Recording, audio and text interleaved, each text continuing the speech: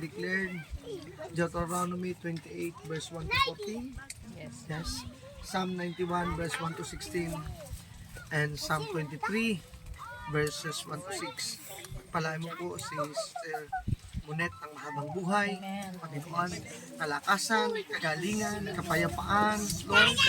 Yes, in the name of Jesus. At patuloy niyang maranasan, Panginoon, ang bukas na kalangitan. Maranasan niya ang himalang pagpapala na hindi pa niya nararanasan, Panginoon.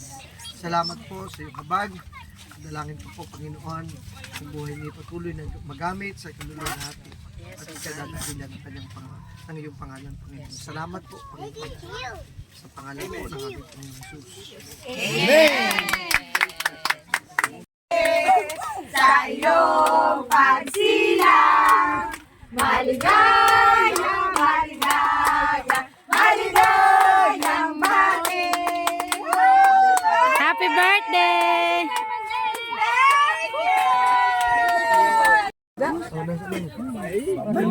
Fast forward